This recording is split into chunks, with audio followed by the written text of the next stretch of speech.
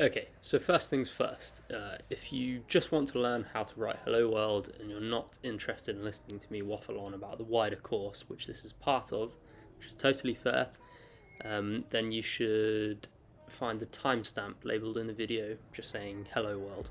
So who's this video for? This video is for anyone who wants to learn how to code, and it's also for those who have no choice but to learn how to read and write Perl code because your team or institution or whatever relies on a bunch of legacy Perl code, which is quite common. So what will you learn? You'll learn enough to be dangerous, as they say. This is not going to cover absolutely everything. This is just simply enough to find your feet in the language. So the next questions are, why Perl? Perl 5 versus Perl 6, and isn't Perl a dead language? So Perl is a Swiss Army knife of a programming language. You can use it as anything from a command line tool all the way up to creating modern web applications. There is a large and active community of people creating new modules for Perl all the time and maintaining old ones. And the world is full of legacy Perl code, so you can really get an edge in the job market by knowing your way around a Perl project. So Perl 5 or Perl 6. Perl 6 you can think of as a totally different language. It's called Roku now, and so we'll just be looking at Perl 5. Let's head over to VS Code to get started. That's the text editor I'll be using in this course, but others are available, obviously. You just need a text editor you're comfortable with, and the same thing with a terminal. So here we go. So obviously down here I've got my terminal where I can execute the Perl script. And up here I've got my text editor where I can write the Perl code. Alright, so just before we write any Perl code, we want to make sure we actually have it installed on our system. So most Linux distributions, and especially if you're on OS X, you'll have Perl already installed. Now to test this, you go to your command line and you type Perl, all lowercase, space, and then your argument, -v, and press enter. And I'll just expand that here.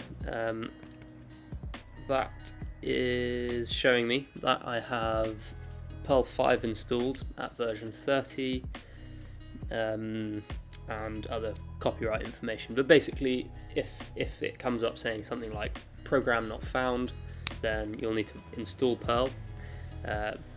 As we can see here, I've got it already installed. Now if you do need to install Perl, I'll put the link below. So if you're on a Windows system that might not already come with it, or some Linux distributions, then head over to perl.org, and up in the navbar we've got download, and you basically just follow whichever set of instructions is correct for your operating system,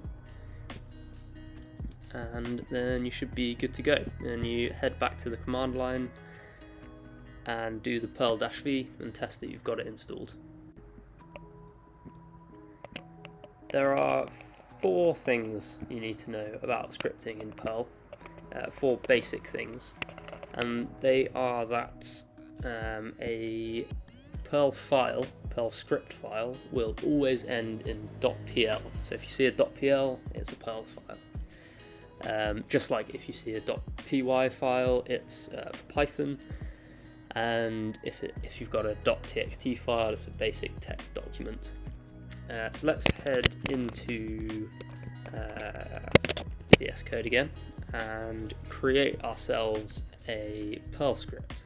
So to do that, you can, in VS Code, either go up to this add file icon, or in your command line you can go touch, we'll call this hello world, and then .pl. Press enter and we should see it appear up here. Click on that. Even VS Code has recognized that as a Perl script and given us the little camel icon. second thing you need to know about scripting in Perl is that scripts always start with the following two modules, and they are use strict and use warnings. These are known as pragmas. Pragmas affect the code at compile time, not at runtime. And basically, it's just a list of rules that keep your code looking and acting as people would expect it to. Because Perl is incredibly permissive, and by that I mean it will allow you to write really bonkers code that no one will ever be able to understand. So using these two pragmas allow us to create more readable, more usable code. Put them into our file. So use is how we use a module. So use strict and use warnings. And there you will see them at the top of most Perl scripts. Number 3. That is commenting. Or rather, I should go to number 4 first. So lines always end with semicolons, just like PHP if you've used that before. And if you see in here, I've already made a mistake. I haven't ended the 2 lines with semicolons. The file will break. It won't be able to compile if you miss these off. Now, number 4 is how to comment. And commenting in Perl is with the hash. And you can do that here. So put a hash in, and then I can write my comment. So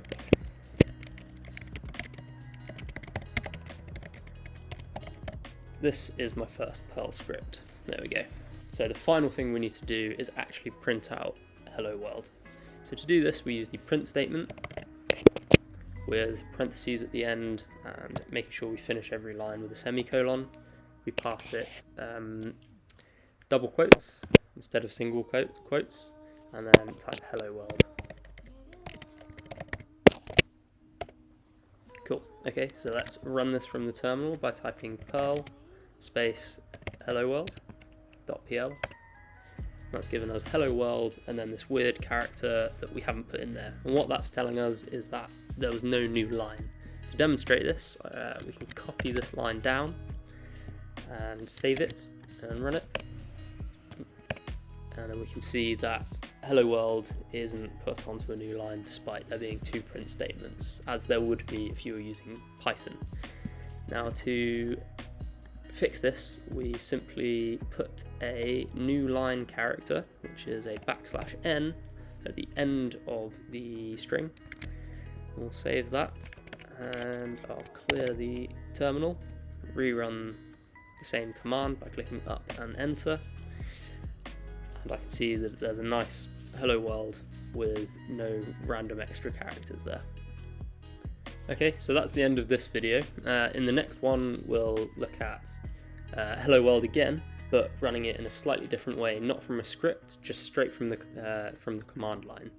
It'll be a much shorter video. It won't contain all the waffle I had at the beginning. And thank you for watching. Please let me know if you think this video was great or if it was crap. Like it, dislike it. Feedback would be great. So thank you, and I'll see you in the next one.